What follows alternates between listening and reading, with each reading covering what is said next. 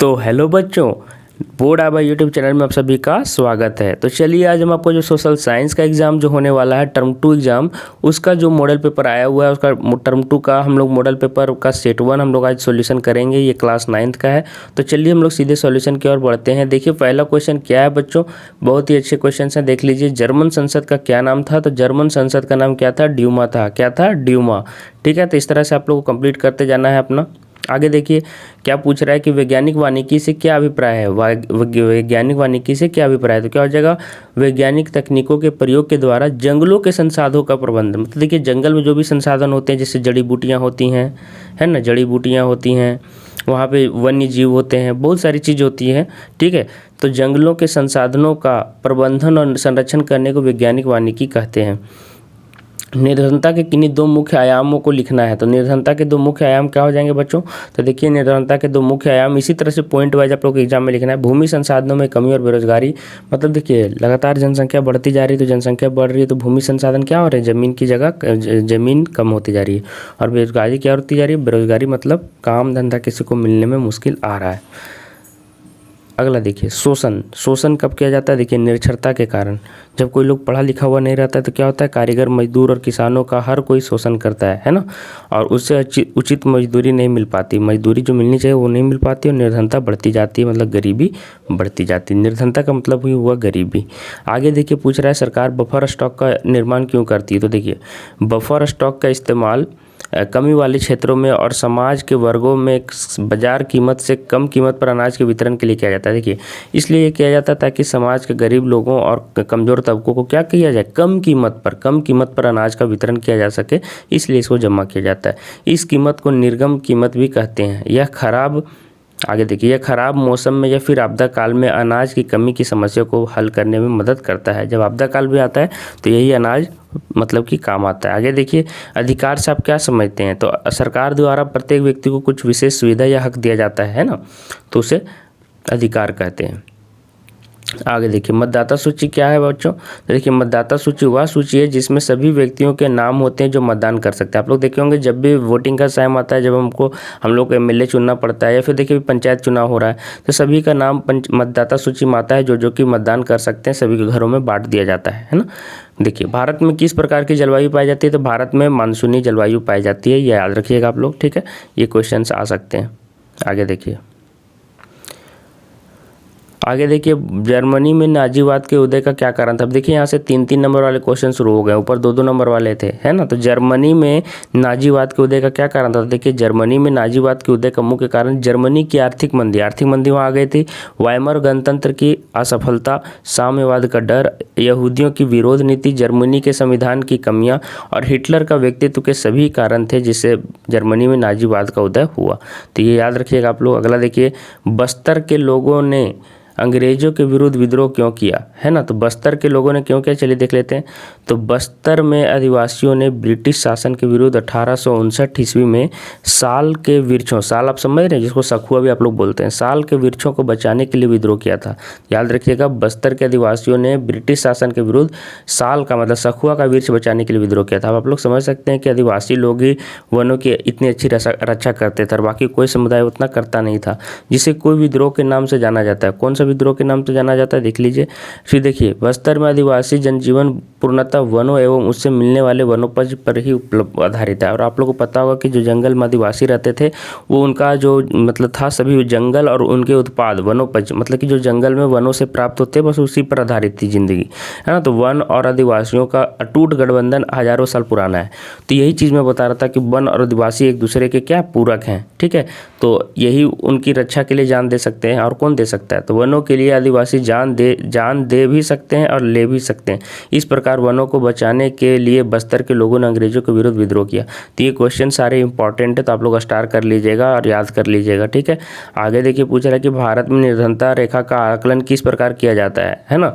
तो चलिए बता देता हूँ कि भारत में निर्धनता रेखा का निर्धारण करते समय जीवन निर्वाह के लिए खाद्य आवश्यकता, है ना, कपड़ों, जूतों, ईंधन और प्रकाश, शैक्षिक एवं चिकित्सा संबंधी आवश्यकताओं आदि पर विचार किया जाता है।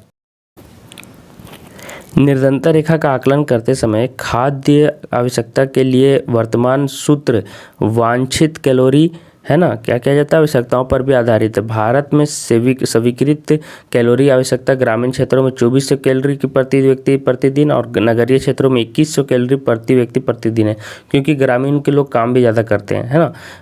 इससे कम होने पर निर्धनता रेखा के नीचे नाम माना जाता है। यह देखिए, अगर जिनको ये सभी चीज़ें नहीं मुहैया हो पाती हैं तो उन्हें निर्धनता रेखा मतलब जो पॉवर्टी लाइन है उससे भी नीचे माना जाता है कि वो बहुत ज़्यादा गरीब है। गरीब नहीं, गरीब का गरीब है ना। भारत में निर्धनता रेखा का निर्धारण किस पर किया जाता है, फिर से याद रखिए, खाद्य आवश्यकता जो खाने की चीज़ें हैं, कपड़े जो पहनते हैं, रोटी कपड़ा मकान आप समझ सकते हैं, ईंधन प्रकाश और शिक्षा भी याद रखिएगा, और चिकित्सा संबंधी जो आवश्यकताओं पर विचार मतलब कि जो अच्छे से नहीं ले सके। आगे देखिए, भारतीय खाद्य निगम FCI किसानों से कैसे अनाज खरीदती है, कैसे खरीदती है, चलिए देख लेते हैं। भारतीय खाद्य निगम देखिए किसानों से अनाज कैसे खरीदती है, तो भारतीय खाद्य निगम किसानों से उसके अधिक गेहूं तथा चावल खरीदता है, जो अधिक मात्रा में उपजाया जाता है वो लिया जाता है, उनका भंडारण करती है। किसानों को उनकी फसल के लिए उचित मूल्य भी दिया जाता है ना, जिसे न्यूनतम समर्थन मूल्य भी कहते हैं। इस प्रकार FCI अनाजों का भंडारण करता है। याद रखिएगा, ये सारे क्वेश्चन इंपॉर्टेंट है, ये वाला भी इंपॉर्टेंट है, न्यूनतम समर्थन मूल्य पर ही उनको दिया जाता है। अब चलिए हम थोड़ा सा आप लोग को बता देते हैं कि कैसे आपको हमारे टेलीग्राम ग्रुप में जुड़ना है, जो कि अधिकतर बच्चे डिमांड करते हैं। तो देखिए, हमारे 3 टेलीग्राम ग्रुप है बच्चों, याद रखिएगा 3 टेलीग्राम ग्रुप में आपको ये दोनों में जुड़ना है। एक मेन ग्रुप ये वाला जो दिख रहा है, और एक ये आपको क्लास 10th का जो दिख रहा है। 12th में आप लोग तो है नहीं, तो ये वाला में आप लोग को जुड़ना नहीं है।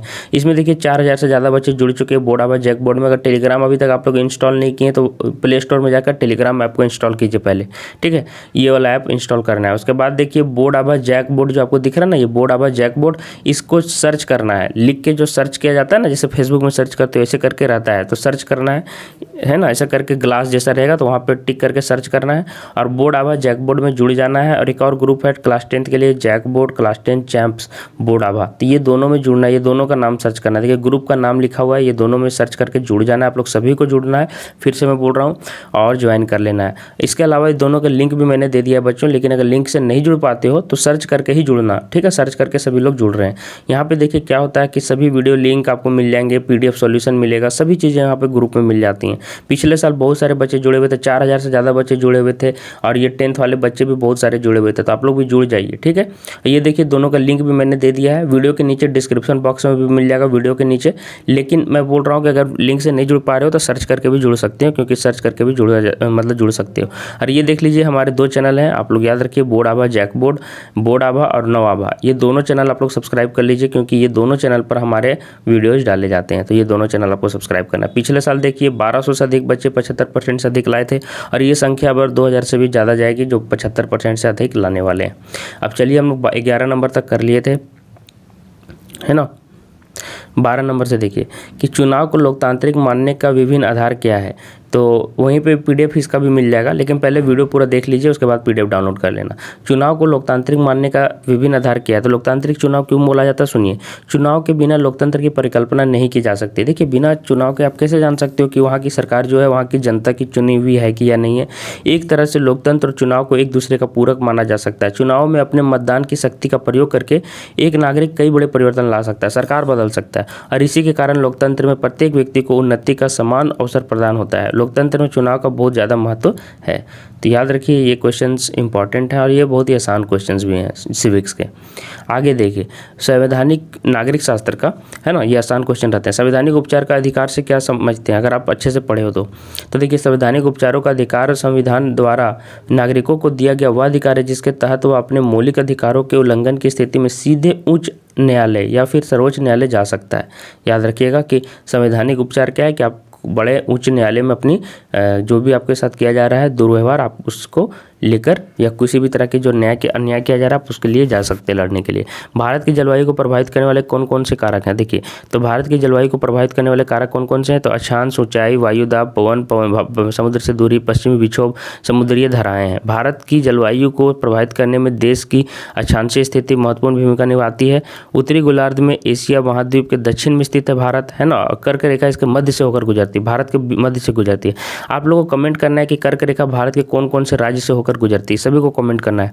भारत की इसी विशिष्ट स्थिति के कारण इसके दक्षिणी भाग में उष्णकटिबंधीय जलवायु और उत्तरी भाग में महाद्वीपीय जलवायु पाई जाती है। आगे देखिए, युद्धों से जंगल क्यों प्रभावित होते हैं। अब देखिए, युद्ध से जंगल निम्नलिखित कारणों से प्रभावित होता है। अब देखिए, युद्ध की जरूरतों को पूरा करने के लिए जो लकड़ी की मांग बढ़ जाती है वो कहाँ से दी जाती है, अधिक से अधिक वन इसके लिए काटे जाते हैं जंगल से लाके, है ना। तो देखिए आगे देखिए, युद्ध में विशाल वन क्षेत्र अग्नि की भेंट चढ़ जाता है, आग लग जाता है जंगलों में।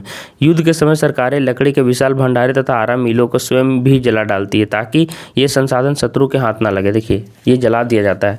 इसे स्कॉचड अर्थ या भस्म करो भागो की नीति भी कहा जाता है, ठीक है, क्योंकि कोई भी सरकार नहीं चाहती कि हम अपने वन संसाधन को दूसरे के हाथ लगने दें और उसका वो फायदा उठा सके।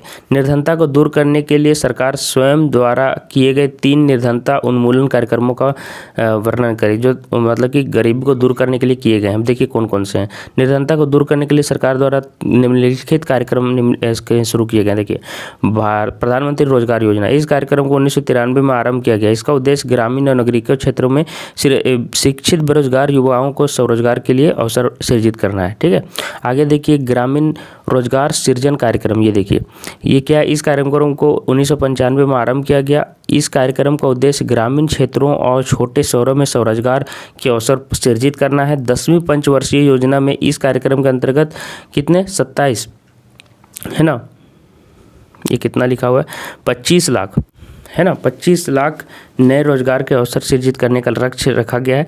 आगे देखिए, राष्ट्रीय ग्रामीण रोजगार गारंटी अधिनियम 2005, इस अधिनियम को सितंबर 2005 में पारित किया गया। इस अधिनियम को नाम बदलकर महात्मा गांधी राष्ट्रीय ग्रामीण रोजगार गारंटी अधिनियम कर दिया गया। तो इस कार्यक्रम के अंतर्गत अगर आवेदक है ना क्या को 15 दिन के अंदर रोजगार उपलब्ध नहीं होता है तो वह दैनिक बेरोजगारी भत्ते का हकदार होगा। तो ये तीनों चीज़ आप लोग याद रखिए। ये वाला क्वेश्चन अभी आया हुआ है इसलिए मैं बोल रहा हूँ, ये स्टार मार के रखिए ये क्वेश्चन कि किस तरह से बेरोजगारी को दूर करने के लिए यहाँ पे काम किए गए हैं, ठीक है। आगे देखिए 17 नंबर में देखिए पूछ रहा है कि भारत में चुनाव आयोग की भूमिका का वर्णन करना है। तो चुनाव आयोग का देखिए क्या क्या भूमिका है कि चुनाव अधिसूचना जारी करने से लेकर जो निर्णय घोषणा तक चुनाव प्रक्रिया का संचालन करना। देखिए जब चुनाव का नोटिस आ जाता है उसके बाद फिर जब चुनाव की जब तक घोषणा नहीं हो जाती तब तक इन्हीं का कार्य सर्वोपरि रहता है। आगे देखिए, चुनाव आचार संहिता लागू करना चुनाव के समय है ना, उल्लंघन करने वाले उम्मीदवारों को पार्टियों को क्या किया जाता है, दंडित किया जाता है जो भी इसको पालन नहीं करते हैं। चुनाव के दौरान सरकार को भी दिशा निर्देश मानने का आदेश देना कि आप आदेश को आपको मानना पड़ेगा। जिन मतदान केंद्रों पर चुनाव ढंग से नहीं हुआ वहां दोबारा चुनाव भी करा सकती है चुनाव आयोग। आगे देखिए, भारत में वर्षा ऋतु की विशेषताओं का वर्णन करना। तो देखिए भारत में वर्षा ऋतु की विशेषताएं हैं। भारत में वर्षा अनिश्चित होती है, ठीक। आगे देखिए, भारत में विभिन्न स्थानों में प्रति वर्ष प्राप्त होने वाली वर्षा की मात्रा में बहुत परिवर्तन पाई जाती है। कहीं बहुत ज़्यादा वर्षा तो कहीं कम भी पाया जाता है ना, आप लोग जानते होंगे। जैसे कि सबसे ज़्यादा वर्षा होने वाला क्षेत्र कौन है वो आपको कमेंट करना है। कमेंट कीजिए। तो चेरापूंजी का वो कौन सा इलाका है जहाँ पे पूरे मतलब कि इंडिया में सबसे ज़्यादा बारिश होती है। भारत के सभी भागों में एक समान वर्षा नहीं होती, अलग अलग क्षेत्रों में अलग अलग मात्रा में होती है। भारत में होने वाली वर्षा मुख्यतः वर्षा की मुख्य समस्या देखिए, कहीं कहीं बाढ़ आता है तो कहीं कहीं सूखा भी है। एक लगातार भारी वर्षा से बाढ़ आ जाती है, दूसरी तरफ वर्षा की विफलताओं के कारण कुछ क्षेत्रों में सूखा पड़ जाता है। फिर से देख लीजिए, यह टेलीग्राम का दोनों हमारा लिंक है, दोनों से आपको जुड़ना है और अगर लिंक से नहीं जुड़ पाते हो तो सर्च करके जुड़ना है। बाकी सब्जेक्ट का भी PDF वहीं पर टेलीग्राम ग्रुप में आपको दिया जाएगा धीरे धीरे करके। आशा करता हूँ ये वीडियो आपको पसंद आया होगा और चैनल को सब्सक्राइब कर लीजिए इसी तरह के अपडेट के लिए और फिर मिलते हैं आपके साथ दूसरी वीडियो में। धन्यवाद।